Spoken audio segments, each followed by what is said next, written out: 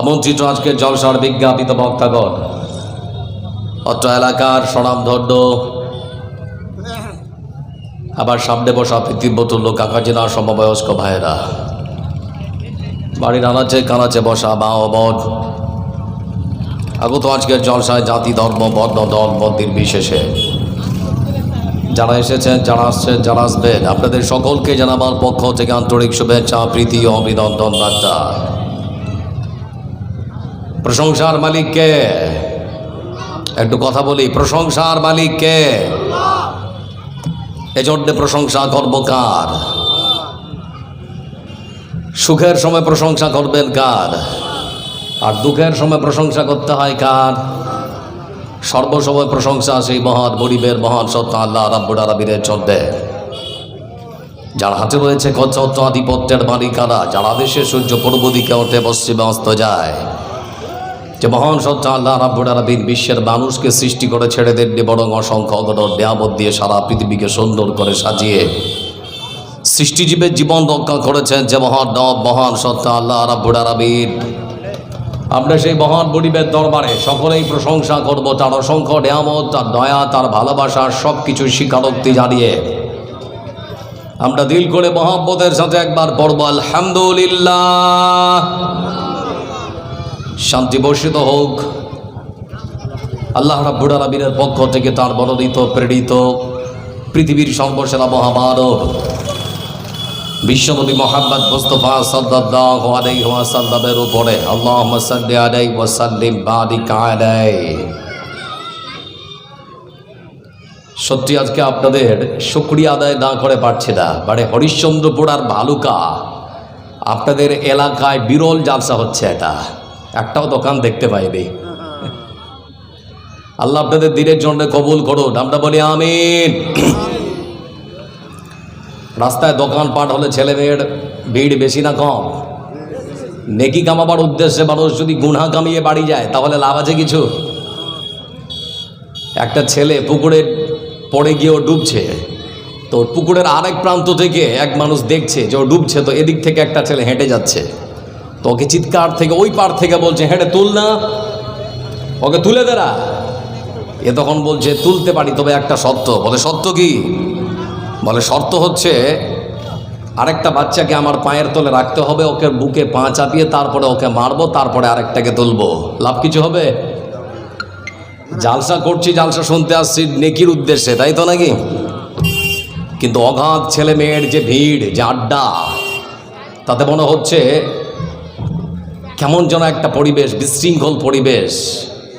সেজন্যে আপনাদের জন্য মন থেকে দোয়া থাকলো, আরেকবার আপনাদের জন্য দোয়া করে রাব্বুল আলামিন আজকের এই জালসার, আজকের এই মাহফিলের যারা আয়োজন করেছে প্রত্যেকটা মানুষকে তুমি তোমার দিনের জন্য কবুল করে দাও। আমরা আরেকবার বলি আমিন। মানুষ চাইলেই সব পারে, পারে না? পারে না? তারা বলুন পারে না? পারে না? তাই হলো একটা কেলকেনানি আওয়াজ আসছে, ওটা একটু আর কমাও। শোনা ঠিক আছে? এবার একদম মাইক ঠিক আছে, একটু সাউন্ড আর কমাও। আজকের সংক্ষিপ্ত বিবরণে আপনাদের কাছে আমি শোনাবো সুন্দর সমাজ গঠনে রাসূল সাল্লাল্লাহু আলাইহি ওয়াসাল্লামের পক্ষ থেকে দিক নির্দেশনা এবং নীতিমালা কেমন ছিল, এ বিষয়ে সংক্ষিপ্ত কিছু বিবরণ আপনাদের সামনে পেশ করব। তারপর আপনাদের কাছ থেকে আমি বিদায় নেব।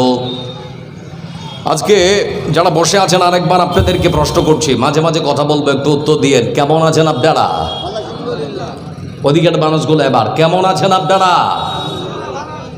আমরা লক্ষ্য করে দেখছি বর্তমান পৃথিবীর সব থেকে স্বৈরাচারী শাসক, যার নাম নেতানিয়াহু, বর্তমান ফিলিস্তিনের গাজা উপত্যকা অসংখ্য বোমা এবং মিসাইল ছড়ে সেখানকার অসংখ্য মানুষের প্রাণ কেড়ে দিচ্ছে। লাখো লাখো মানুষকে আজকে ঘর ছাড়া করে রাস্তায় আসতে বাধ্য করেছে।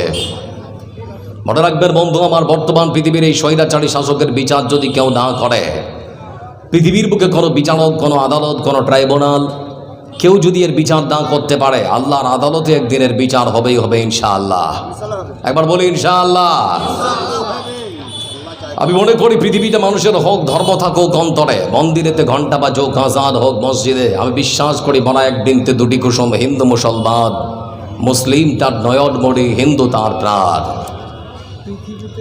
আমার শাসক ছিল এই দুনিয়া থেকে শুরু হয়েছে। লক্ষ্য করে দেখুন বন্ধু আমার, এজন্যে বলতে চাচ্ছি আমার ইসলাম আমাকে শিক্ষা দিয়েছে। আপনাদের গ্রামের নাম শোনা করলে কি খাড়া গ্রাম। আপনাদের গ্রামের মানুষগুলোকে শিক্ষা দেওয়া হচ্ছে শরীরের ভালো করে। রাস্তা দিয়ে যখন চলবেন যদি দেখতে পান দেবী মা, দুর্গা মা, কালী মা, সরস্বতী মার পূজা হচ্ছে, খবরদার তাদের দেবদেবীগুলোকে দেখে গালবন্ধ করা যাবে না, না হলে তারাও তোমার অজান্তে আল্লাহকে গাল দিতে পারে।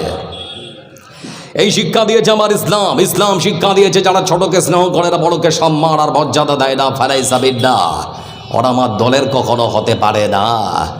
এজন্যে ফিলিস্তিনের একজন ইসলামিক স্কলার যার নাম মাহমুদ আল হাসান, কি নাম বললাম? মাহমুদ আল হাসান। এই পৃথিবীর ইতিহাসে বিরল, মাত্র 1.5 মিনিটের জুমার খুতবা পেশ করেছেন। মাত্র 1.5 মিনিট। আপনাদের দিকে কত মিনিট হয়? আধা ঘন্টা নাকি? মাত্র 1.5 মিনিট তিনি জুমার খুতবায় উঠে বক্তব্য দেওয়ার সময় তিনি শুধুমাত্র সংক্ষেপে খুতবা পাঠ করেছেন।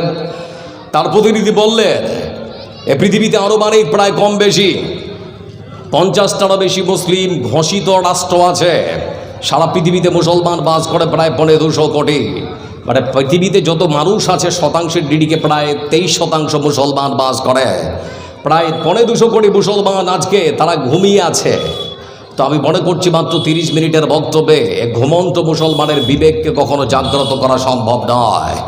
এজন্যে আমি আমার বক্তব্যকে শেষ করে দিচ্ছি এই বলে যে সারা পৃথিবীর মানুষেরা আজকে তাকিয়ে দেখছে সেই ফিলিস্তিনের প্রায় লক্ষাধিক মানুষ, তারা ঘর ছাড়া, তারা আল্লাহর খোলা আকাশের নিচে আসতে বাধ্য হয়েছে। কারো হাত নেই, কারো পা নেই, কারো মা বাবা নেই, কারো মা তার সন্তানকে হারিয়ে কল হারা, কারো স্ত্রী বিধবা হয়েছে, কারো সন্তান এতিম হয়েছে। ভয়ঙ্কর দৃশ্য দেখার পরেও এ মুসলমানদের ঘুমন্ত বিবেক যদি জাগ্রত না হয় তাহলে পরে আমার বিশ্বাস মাত্র আধা ঘন্টার এই বক্তব্যে মুসলমানদের ঘুমন্ত বিবেককে জাগ্রত করা সম্ভব নয়। খুতবা শেষ। আমার বন্ধুরা লক্ষ্য করে দেখছিলাম সেখানকার দেওয়াল চাপা পড়া 3 শিশুর বিবৃতি শুনছিলাম। সাংবাদিক জিজ্ঞেস করছিল, বাবু তোমার অভিযোগ কিছু আছে? বলে হ্যাঁ। বলে আমি বলতে চাচ্ছি বেঁচে থাকার থেকে মরে যাওয়াই ভালো। বলে কেন? বলে বেঁচে থাকার থেকে মরে যাওয়া ভালো এই জন্যে যে পৃথিবীতে না খেয়ে মরতে হয়, আল্লাহর জান্নাতে তো আর না খেয়ে মরতে হবে না। আরেক শিশু বলছে আমি আল্লাহর কাছে গিয়ে সব কিছু বলে দেবো। বলে কি বলবে তুমি?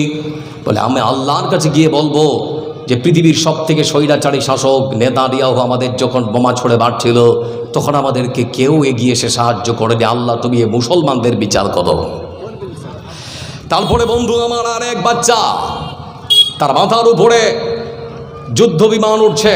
তো এক সাংবাদিক তাকে জিজ্ঞেস করছে, বাবু ভয় লাগছে না? বলে ভয় কিসের? আমাদের একজন সাহায্যকারী আছে। তিনি কে? চলে বলুন তিনি কে? আল্লাহ। আমার বন্ধুরা সেই ছোট্ট বাচ্চা বলছে আমার সাহায্যকারী আল্লাহ, আমার জীবনে কোনো ভয় নেই। যদি মরে যাই তো মরে গেলাম, যদি এই সময় এই ছোট্ট হালকা বয়সে যদি আমি মৃত্যুবরণ করি আমার বিশ্বাস আমি আল্লাহর জান্নাতে যাব, তাহলে তো আমার আফসোস করার কিছুই নেই। এজন্য বলতে চাচ্ছি বন্ধু আমার, ভয় পাওয়ার কোনো কারণ নেই। আজকে ভারতবর্ষের মাটিতে মুসলমানদের শোষণ, নিপীড়ন, নির্যাতন শুরু হয়েছে। এজন্য ভারতবর্ষের বিজেপির প্রথম সারির একজন নেতা যার নাম অর্জুন সিং, নামটাও বলে দিলাম, কলকাতার সভা মঞ্চে দাঁড়িয়ে বক্তব্য পেশ করছিল এই লোকটা, এই নেতা। মানে এই নেতা বললেও কেমন যেন মুখে জড়তা আসছে। সকালে কোন্দল করে আর সন্ধ্যায় কোন্দল করে, বেটা নিজেও জানে না। এজন্য এই মানুষটা বক্তব্য যখন দিচ্ছিল ঠিক সেই সময় শুনছিলাম তিনি বক্তব্য দিতে গিয়ে এক সময় বলে ফেললো লোকটা যে ইসলাম ধর্ম এমন একটা ধর্ম যে ধর্মে ধর্ষণ করাকে, বেবিচার করাকে বড় কোনো অপরাধ মনে করা হয় না। এটা আপনারা মনে করেন? লক্ষ্য করে দেখুন, ইসলাম ধর্ষণ করা তো দূরের কথা, তার ধারের পাশেও যাওয়া যাবে না। ওয়ালা তাকরাবুজ জিনা ইন্নাহু কানা ফাহিশাতাও ওয়া সাআ সাবিলা। ইসলাম শিক্ষা দিয়েছে আপনার ছেলের বয়স যদি 12 থেকে 14 বছর হয়, আপনি বাবা হলেও আপনার ছেলেকে নিয়ে এক বিছানায় ঘুমাতে পারবেন না। ইসলাম শিক্ষা দিয়েছে আপনার মেয়ের বয়স যদি হয় 12 থেকে 14 বছর, তাহলে পরে এক বিছানা আপনার মেয়েকে নিয়ে মা হওয়ার পর আপনি ঘুমাতে পারবেন না, বিছানা আলাদা করে দিতে হবে। এই জন্য বলতে চাচ্ছি ভাই অর্জুন, তুমি তোমার ধর্ম নিয়ে চিন্তা ভাবনা করো, আমাদের ধর্ম নিয়ে চিন্তা ভাবনা করতে হবে না। আমাদের ইমানের কখনো পরীক্ষা নেবে না। আমরা সেই মুসলমান যারা মুতার যুদ্ধ করেছে, যারা খাইবার করেছে, খন্দক করেছে, বদর করেছে, উহুদ করেছে। আমরা সংখ্যায় কম হতে পারি, আমরা বিশ্বাস করি আল্লাহর সাহায্য সেদিনও ছিল, আজকেও আছে। আছে না নেই? এজন্য বন্ধু বলতে চাচ্ছি, যারা আজকে আমাদেরকে মুসলমানদের ভারতবর্ষে ভারতের নাগরিকের সার্টিফিকেট চাইছে, তাদের জেনে রাখা দরকার এ ভারত স্বাধীনে মুসলমানদের সব থেকে বেশি রক্ত ঝরেছে না ঝরেনি? দিল্লির ইন্ডিয়া গেটে চলে যাবেন, তাহলে পরে দেখবেন 63,000-এরও বেশি মুসলমানদের নাম স্বর্ণাক্ষরে সেখানে লেখা আছে। মুসলমান সব থেকে বেশি রক্ত ঝরিয়েছে দেশ স্বাধীনের জন্যে। এ পশ্চিমবাংলার বাঘ যাকে বলা হতো তিতুমির, ইংরেজদের বিরোধিতা করার জন্য বাঁশের কাল্লা তৈরি করে নানান রকমভাবে প্রতিরোধ করার চেষ্টা করেছে। এ ভারতবর্ষের মাটিতে মুসলমানদের নেবেন কি? ভারতবর্ষের মাটিতে মুসলমানদের তৈরি করা তাজমহল, শীষমহল, দেওয়ানি আম, দেওয়ানি খাস, এমনকি ভারতবর্ষের প্রধানমন্ত্রীরা লালকেল্লায় দাঁড়িয়ে 15ই আগস্টে যে ভাষণটা দেন, সেই লালকেল্লাটা মুসলমানরা তৈরি করেছে। সেই লালকেল্লাটা পর্যন্ত মুসলমানরা তৈরি করেছে। লালকেল্লায় দাঁড়িয়ে আমাদের দেশের প্রধানমন্ত্রীরা যে পতাকা উত্তোলন করেন, সেই পতাকাটাও এক মুসলিম যুবতী বন রং দিয়েছেন, যার নাম সুরাইয়া তৈয়বা। এজন্য বলতে চাচ্ছি, ভারত স্বাধীনে মুসলমানদের বিশেষ করে সার্টিফিকেট দেওয়ার চিন্তা করবেন না। এজন্য যারা এখানে বসে আছেন, আমরা সেই মুসলমান যারা আকাশের একটা চাঁদ দেখলে মসজিদ ভরে দেয়, আবার আকাশের আরেকটা চাঁদ দেখলে মসজিদটা একেবারে খালি করে দেয়। দেখবেন যখন আপনাদের রমজান চলে আসবে, তখন মসজিদে মুসাল্লির ভিড় কম হয় না বেশি? আবার যেই দেখবেন ঈদের নামাজ পড়ে দিয়েছে, তখন মসজিদে ভিড় বেশি না কম? কম। এজন্য মসজিদটা ঠিক মতো আবাদ করুন, আল্লাহর উপরে ভরসা করুন, আল্লাহ একজন সাহায্যকারী আছেন, আল্লাহর উপরে বিশ্বাস করুন আমার বন্ধুরা। এজন্য আজকে আপনাদের যে যে আপনাদের বক্তব্যের বিষয় যেটা রেখেছি, সুন্দর সমাজ গঠনের রাসূল সাল্লাল্লাহু আলাইহি ওয়াসাল্লামের নীতিমালা বা দিক নির্দেশনা কেমন ছিল। সারা পৃথিবী যখন ছিল অন্ধকারে নিমজ্জিত, ঠিক সেই সময় পূর্বাকাশে এক উজ্জ্বল নক্ষত্রের আবির্ভাব হয়েছিল। যে উজ্জ্বল নক্ষত্র সারা পৃথিবীকে সুন্দর করে আলোকিত করেছেন, তিনি আর কেউ নন, তিনি হচ্ছেন মুহাম্মদ মুস্তাফা সাল্লাল্লাহু আলাইহি ওয়াসাল্লাম। এজন্য বন্ধু আমার, তিনি মায়ের কাছে ছিলেন একজন আদর্শ সুসন্তান, স্ত্রীর কাছে ছিলেন একজন আদর্শ স্বামী, যুবকদের কাছে ছিলেন একজন আদর্শবান যুবক। আজকে যুবকদেরকে যদি বলি তোমাদের জন্য আইডল মডেল কে, আদর্শ কে, কেউ তখন বলবে শাহরুখ খান, তাই তো নাকি? আছে না এরকম যুবক শাহরুখ খানকে ভালোবাসে? আমি যদি জিজ্ঞেস করি, ভাই শাহরুখ খানকে তুমি আদর্শ মানো, তোমাকে দিয়েছে কি A to 3 কেমন করে জুয়া খেলতে হয়? কেউ আবার বলবে আমার জন্য আদর্শ হচ্ছে সৌরভ গাঙ্গুলি, কি দিয়েছে ভাই তোমাকে? ড্রিম 11 কেমন করে জুয়ার শিক্ষা দিতে হয়। কেউ আবার বলবে আমার জন্য আদর্শ হচ্ছে প্রসেনজিৎ চক্রবর্তী, কি দিয়েছে তোমাকে? রামি সার্কেল, মোবাইলের মধ্যে কি করে তাস আর জুয়ার শিক্ষা নিতে হয়, কি করে সেটা শিখতে হয়, আর নিজের পরিবারকে পথে বসাতে হয়, এই তো শিক্ষা দিয়েছে ওরা। আমাদের জন্য আদর্শমান তিনি কে? রাসূল সাল্লাল্লাহু আলাইহি ওয়াসাল্লাম। আমার বন্ধুরা, তিনি শিক্ষা দিয়েছেন পৃথিবীর বুকে কালো চামড়ার ফর্সা চামড়ার মধ্যে কোনো পার্থক্য থাকতে পারে না, আল্লাহর কাছে সবাই সমান। সেজন্য রাসূল সাল্লাল্লাহু আলাইহি ওয়াসাল্লাম বিদায় হজের ভাষণে তিনি বক্তব্য দিতে গিয়ে বলেছিলেন, তোমরা যারা আরব বিশ্বে বাস করো, তোমরা মনে করো না অনারব বিশ্বে যারা বাস করে তাদের থেকে তোমাদের সম্মান, তোমাদের মর্যাদা আল্লাহর কাছে বেশি, এটা মনে করো না। তিনি সেই দিন শিক্ষা দিয়েছেন, জাতিগত দিক থেকে কিংবা বংশের দিক থেকে আল্লাহর কাছে কেউ কখনো মর্যাদাবান হতে পারে না। তোমাদের সম্মান আর মর্যাদা যদি বাড়াতে চাও, তাহলে পরে তোমরা আল্লাহকে ভয় করো, আল্লাহ তোমাদের সম্মান আর মর্যাদা বাড়িয়ে দেবে। এজন্য বলতে চাচ্ছি বন্ধু আমার, আমাদের প্রত্যেকের পকেটে যে টাকা আছে না, ওই টাকার মধ্যে দেখবেন ভারতবর্ষের একজন জাতির জনক বলা হয় মহাত্মা গান্ধী। এ মানুষটা তার জীবনে একটা বই লিখেছিলেন, সে বইটার নাম হচ্ছে মাই লাইফ, আমার জীবন। এই বইয়ের মধ্যে তিনি রাসূল সাল্লাল্লাহু আলাইহি সাল্লাম সম্পর্কে মন্তব্য করতে গিয়ে বলেছেন যে কোনোদিন যদি এই পরাশক্তির হাত থেকে, ইংরেজদের হাত থেকে আমার দেশকে স্বাধীন করতে পারি, তাহলে আমার মন খুব চায় ভারতবর্ষকে রাসূল সাল্লাল্লাহু আলাইহি ওয়াসাল্লামের জীবন আদর্শ দিয়ে ভারতবর্ষকে পরিচালনা করব। বন্ধু আমার, এজন্যে ভূমিকা বেশি করছি না। রাসূল সাল্লাল্লাহু আলাইহি ওয়াসাল্লাম সুন্দর সমাজ আমাদের হাতে উপহার দিয়ে গিয়েছেন। আজকে যে সমাজ কলুষিত হয়েছে, আজকের যে সমাজের মধ্যে আমরা ভেজাল একেবারে ভরপুর করে দিয়েছি, সুদ, মদ, গাঁজা থেকে শুরু করে কোনো কিছুই আর বাকি নেই, আছে কোনো কিছুই আর বাকি নেই, সব কিছুরই রমরমা চলছে। এজন্য আবারও যদি সুন্দর সমাজ আপনারা পেতে চান, তাহলে পরে আসুন রাসূল সাল্লাল্লাহু আলাইহি সাল্লামের জীবন আদর্শ মেনে নেই। মানবো ইনশাআল্লাহ? সবাই বলে মানবো ইনশাআল্লাহ?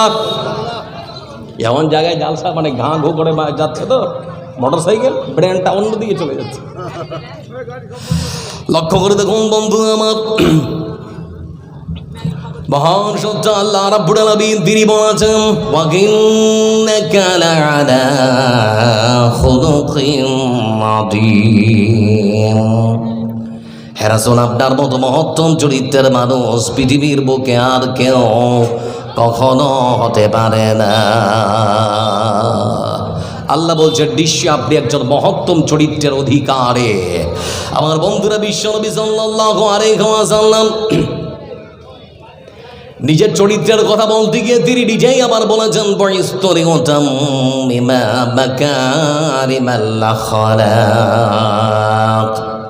এ পৃথিবীর বুকে মহান সত্য আল্লাহ রাব্বুল আলামিনের পক্ষ থেকে আমাকে চরিত্রের পূর্ণতা দান করে পাঠানো হয়েছে। এ পৃথিবীর বুকে চরিত্রহারা মানুষের চরিত্র গঠন করার জন্য আল্লাহর পক্ষ থেকে পৃথিবীর বুকে এসেছি।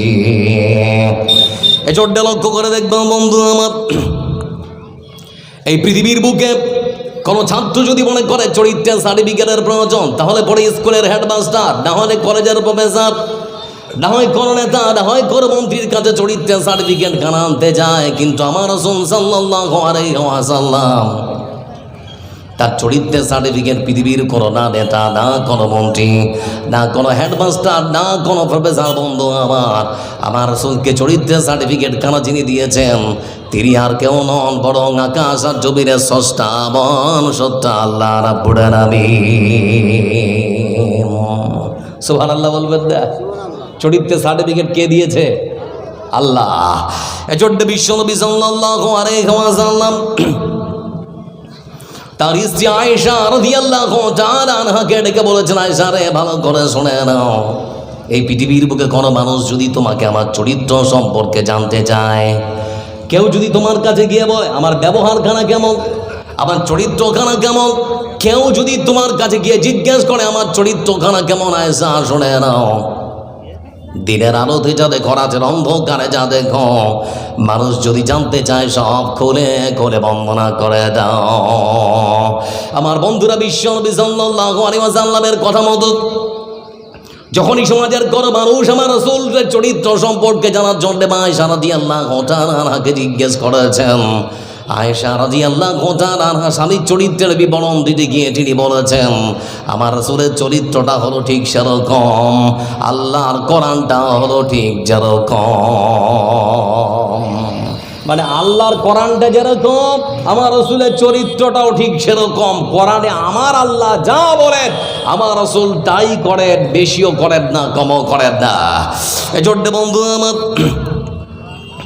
বিশ্বনবী সাল্লাল্লাহু আলাইহি ওয়াসাল্লামের চরিত্র সম্পর্কে শুধুমাত্র পৃথিবীর বুকে এই সমস্ত মানুষেরাই নয়, আজকের পৃথিবীতে রাসূল সাল্লাল্লাহু আলাইহি ওয়াসাল্লামের চরিত্র নিয়ে অনেক মানুষ তারা লেখাপড়া করে। আমেরিকার বাড়িতে একজন বিখ্যাত লেখক যার নাম এইচ.এম. Hard, Michael hard. আপনাদের মোবাইলের প্লে স্টোরে যদি যান তাহলে পরে ওখানে গিয়ে সার্চ করবেন শতমনীষী বা দ্য 100 বলে একটা বই পাওয়া যাবে। এই বইটার যিনি